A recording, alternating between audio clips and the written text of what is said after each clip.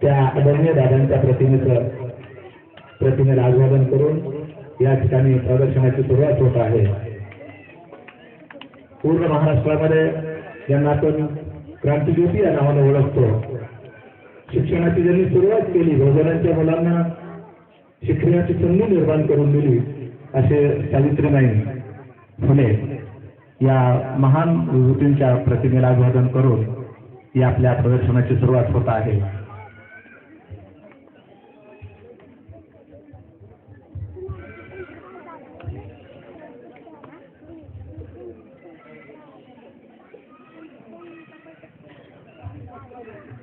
लागली दीपप्रज्वलन आणि प्रतिमेचं पूजन झाल्यानंतर या विज्ञान प्रदर्शनाचं विज्ञान गीत या ठिकाणी उद्घाटनासाठी त्यांनी थांबावं।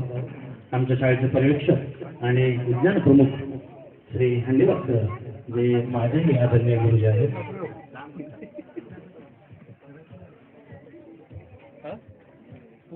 हंडीवर त्यांना विनंती की त्यांनी